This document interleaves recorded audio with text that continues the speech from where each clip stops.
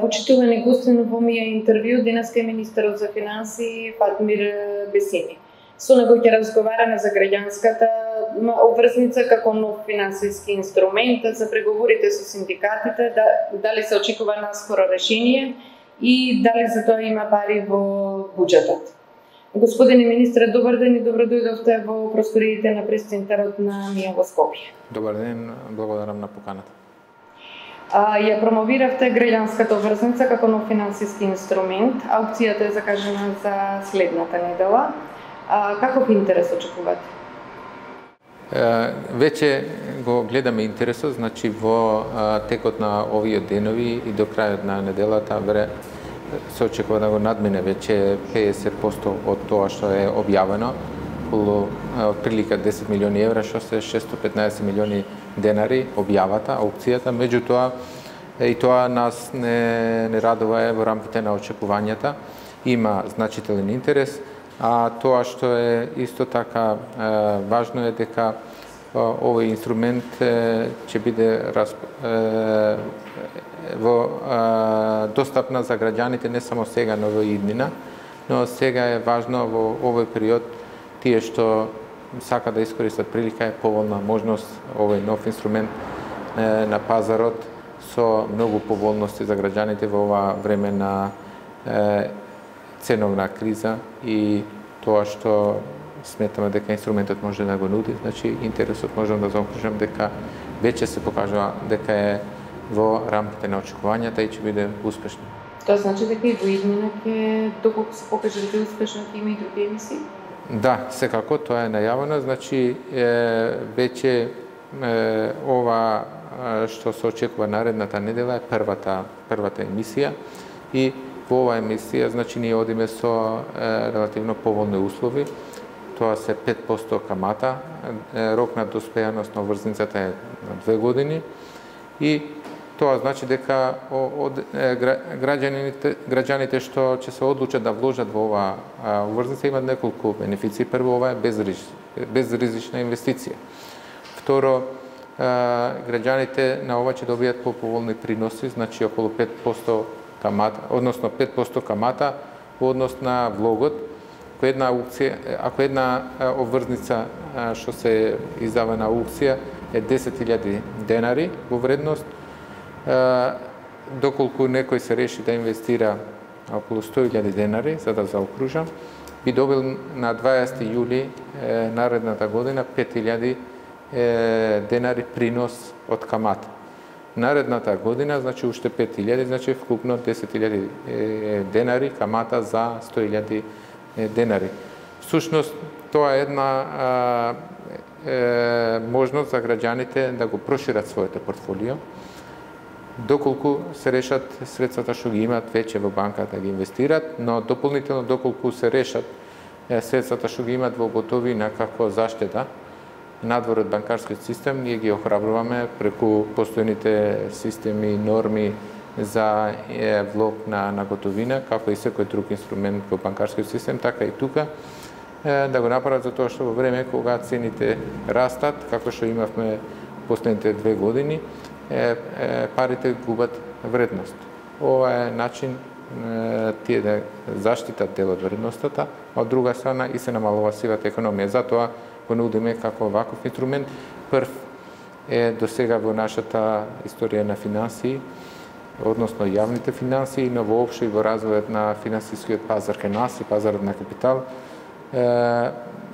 е прилично нов инструмент што го имаме најавено уште во стратегијата за развој на финансиските пазари, но и во самиот буџет што е предложен во собрание, ова го има како најава дека во текот на годината ќе издаваме ваква обврзница. Каматите ќе се одоночуваат? Сега не се одоночуваат согласно нашите закони. Добре. Дополнително што може да се смета дека овие инструменти граѓаните ќе може да ги користат и да ги препродават во иднина, доколку, например, купуваат обврзница која има рок на доспејаност за 2 години. Меѓутоа, тие 100.000 денари што ги спомнав како пример, доколку во текот на тие 2 години ќе се решат да ги користат за нешто друго, граѓаните ќе можат слободно да ги продават истите и на тоа да ги искористат за нормално за нешто друго кај што сакаат да инвестират. И тука е исто така важно што ќе се развие тој секундарен пазар и цената на продавање ќе зависи од пазарот. Дали ќе биде повисока од тоа што веќе стои наместо 10.000 денари, зависи од каматите како ќе се развиват на пазарите. Друга можност што ќе имат исто така овие се харти од вредност што се безризични, што граѓаните исто така ќе може да ги вложат како колатерал во банки или за нешто друго што може да ги користат. Така да нуди неколку поволности за граѓаните, а едноставно е, постапката е многу едноставна и транспарентна. Сите знаат дека 5% е каматата и тоа важи за сите. Количините не се ограничени, кој колку ќе сака да вложи, ќе може да го стори тоа.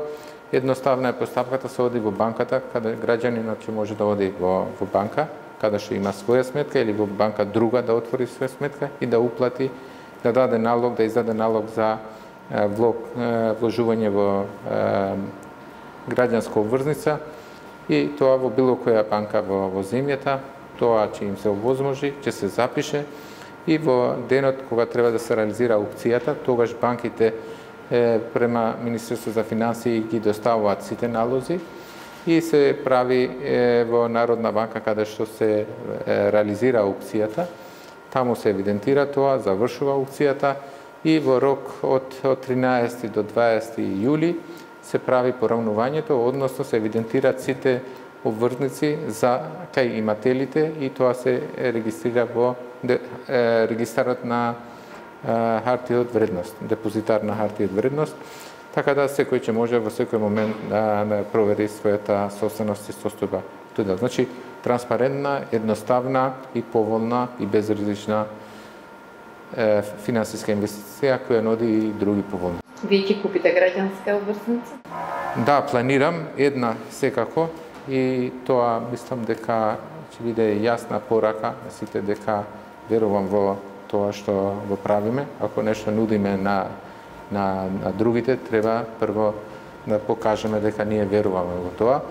Во процес сме во постапка со Државна комисија за хартија од вредност, сме доставиле и писмено сме се обратиле во интерес на тоа да се разјасни дали има конфликт на интереси, затоа што министер за финансии, за разлика од другите колеги министри кои мислам апсолутно немаат никакви импликации во однос на конфликт на интереси, дали бидејќи од една страна утврдуваме камата и објавуваме оглас и треба да подпишеме аукцијата, а од друга страна треба како граѓанин, како клиент да се јавам да купувам.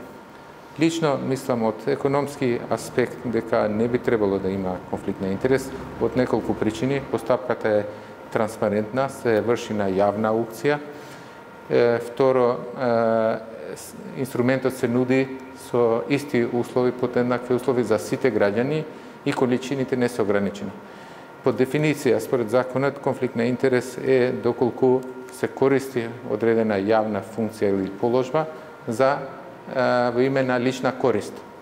Во конкретниот случај, сега ставам као општа дефиниција која важи и за другите колеги министри, во конкретниот случај нема да има никаква поповолна позиција корист на издавачот.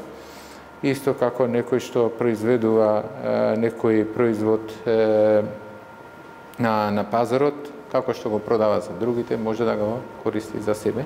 Но сепак тоа е ингеренција на Државна комисија за хартија од вредност.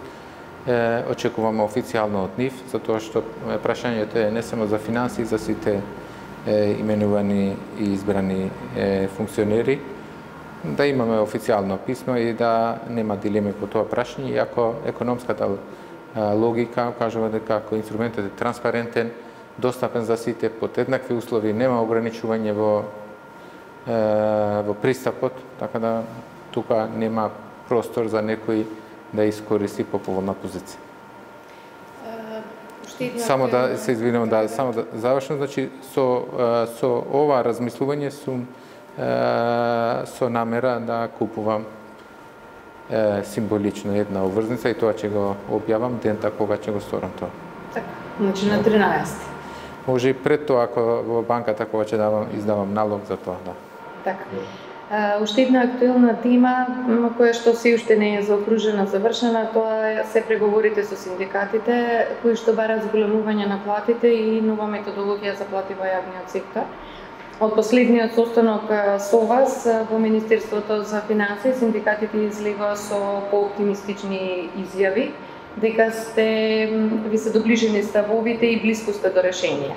Во понеделник се очекува нова средба. Има ли навистина сериозни приближувања на ставовите меѓу синдикатите и владата и кога може да се очекува зголемување на платите во јавниот сектор? Дали тоа би се случило од септември?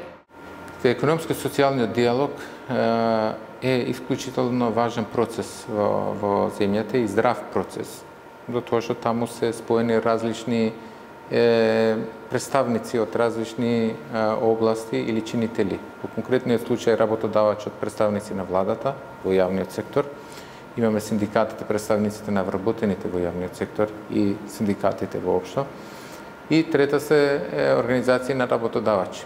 И се дискутира, значи се тргнува од различни позиции. Тоа што е клучно и што мислам дека сме го постигнале во овој период, во самиот процес на проговори е клучно градење на доверба.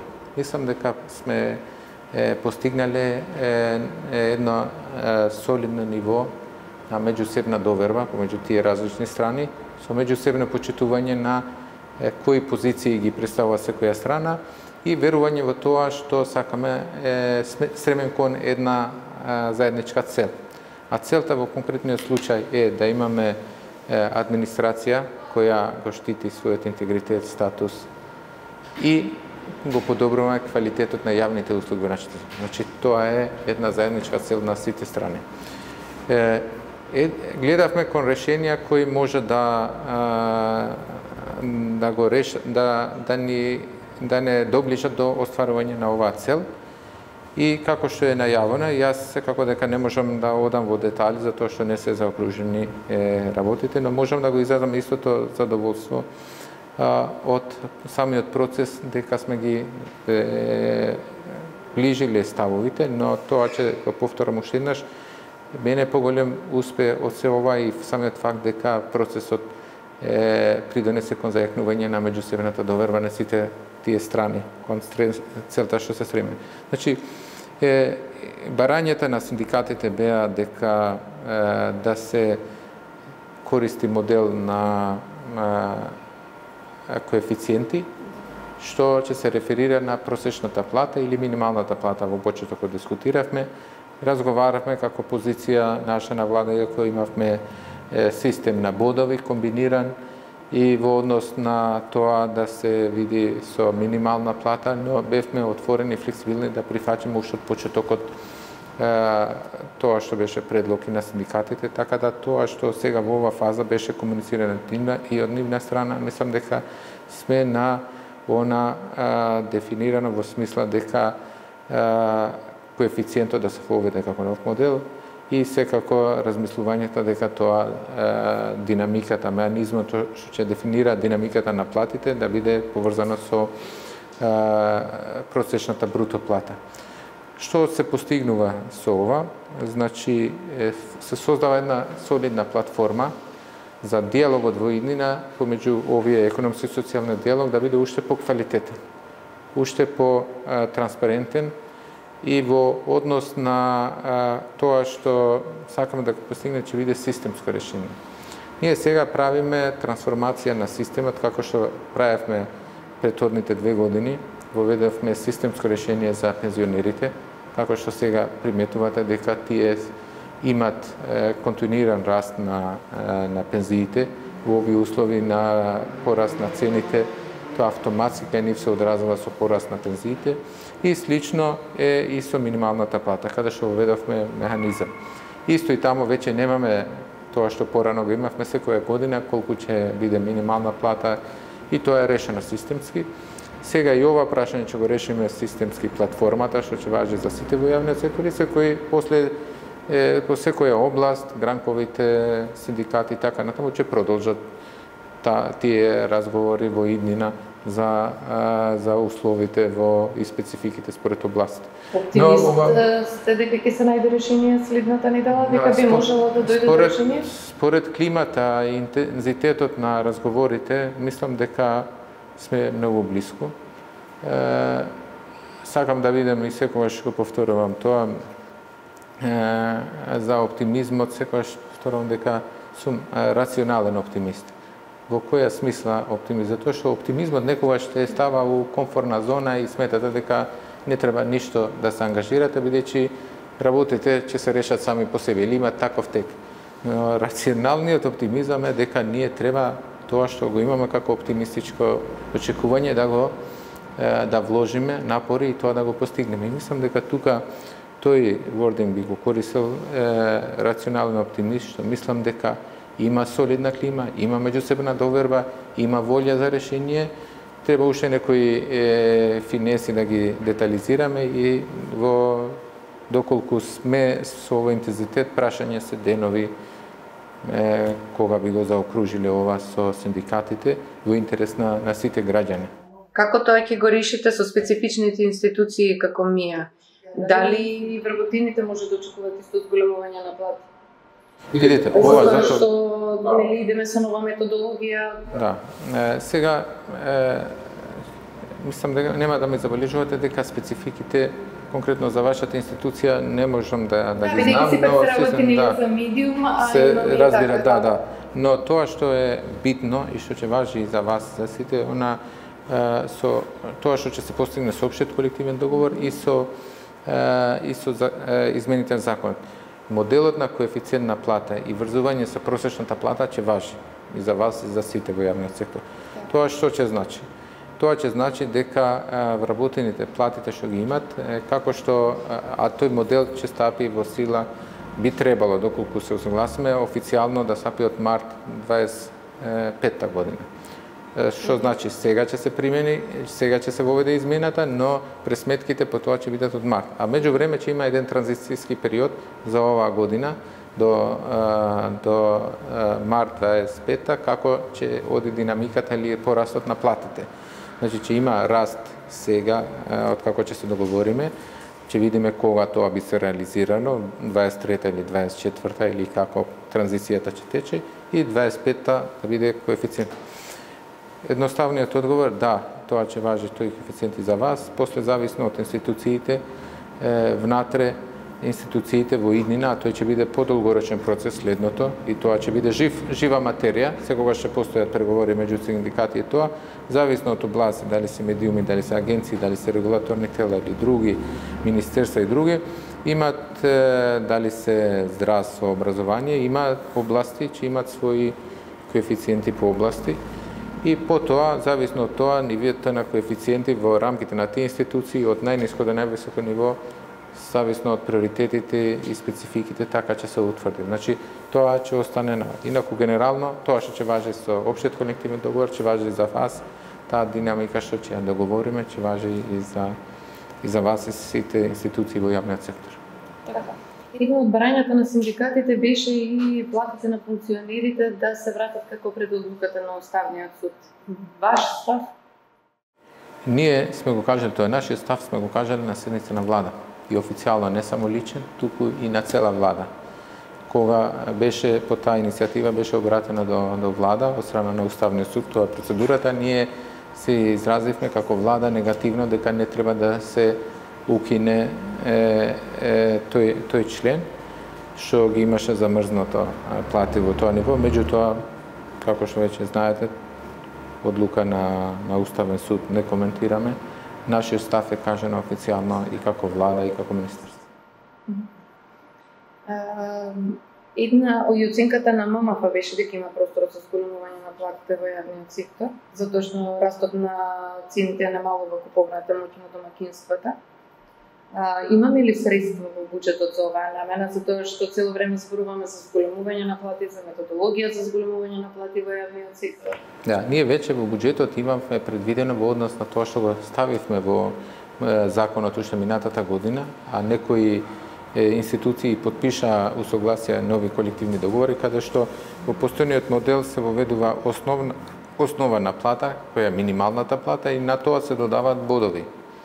Така да, за тоа што го има во законот, за тоа што требаше усогласување со минимална плата и по институции, тоа е предвидено во буџетот и затоа и се спомнува и во од страна на Меѓународниот монетарен фонд, и некаде на вкупната сума не пресметува дека може износот да биде некаде до 10% но споредбено со минатата година. Значи, тука е тоа што го имаме како простор, зависно од тоа што ќе постигнеме со синдикатите.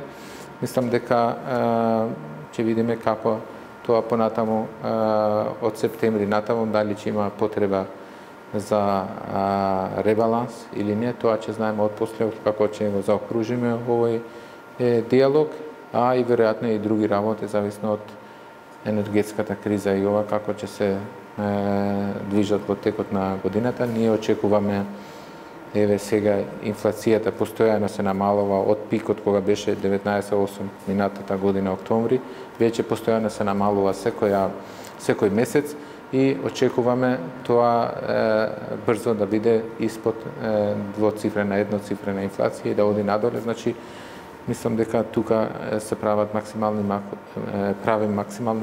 напори од страна на сите институции и економски ресори во владата за да ја надминеме оваа состојба, да ја стабилизираме во однос на цените, која е надворешен шок за нашата економија, но сепак е тема со која се соочуваме секојдневно и платите произлегуваат како барање со поголем интензитет, посебно како резултат на тоа дека стандардот со покачување на цените се одразува кај јавниот сектор и сите други вработени.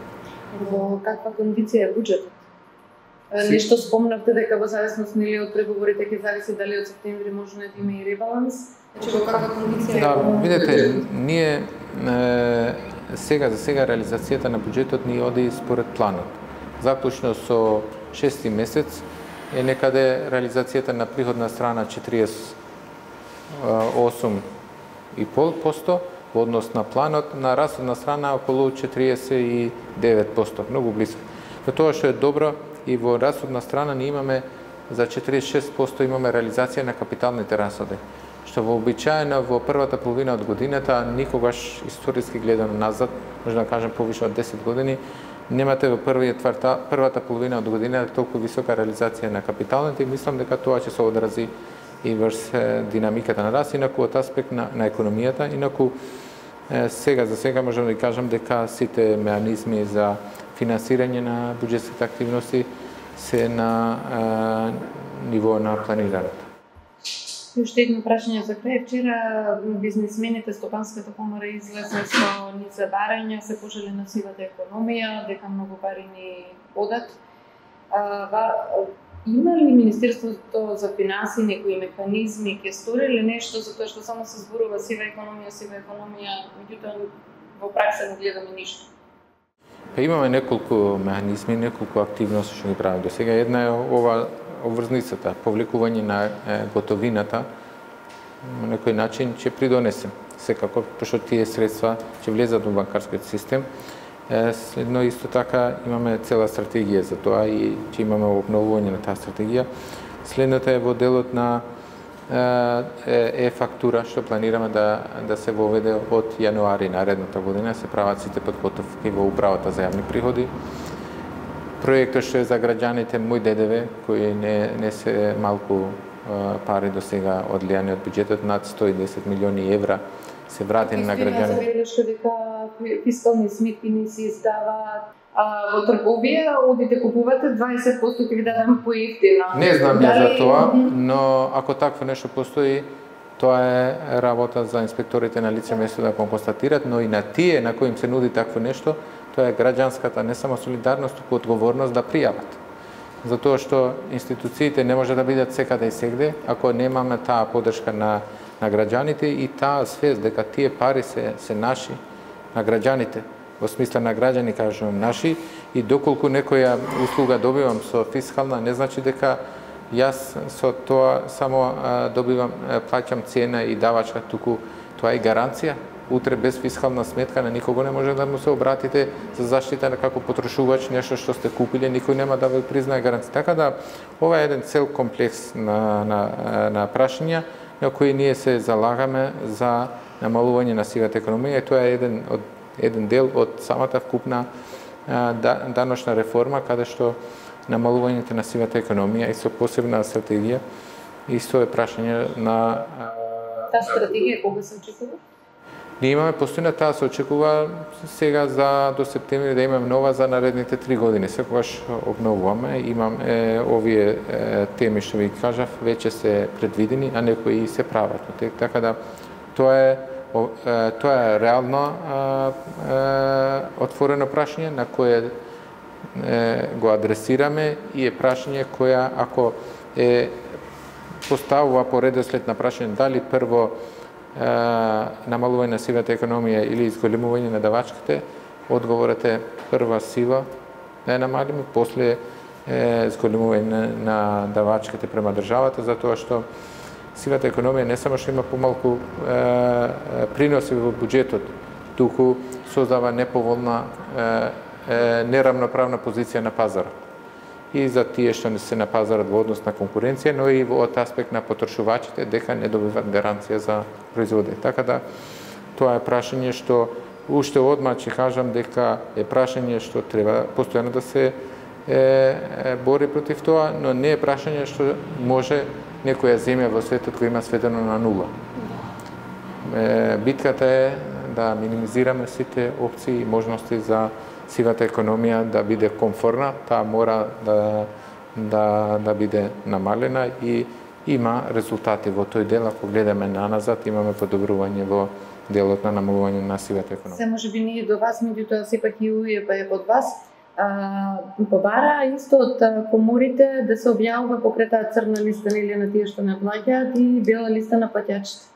Јас сме го збореле тоа, ја и јавно сум кажали на коморите и мислам дека објавува.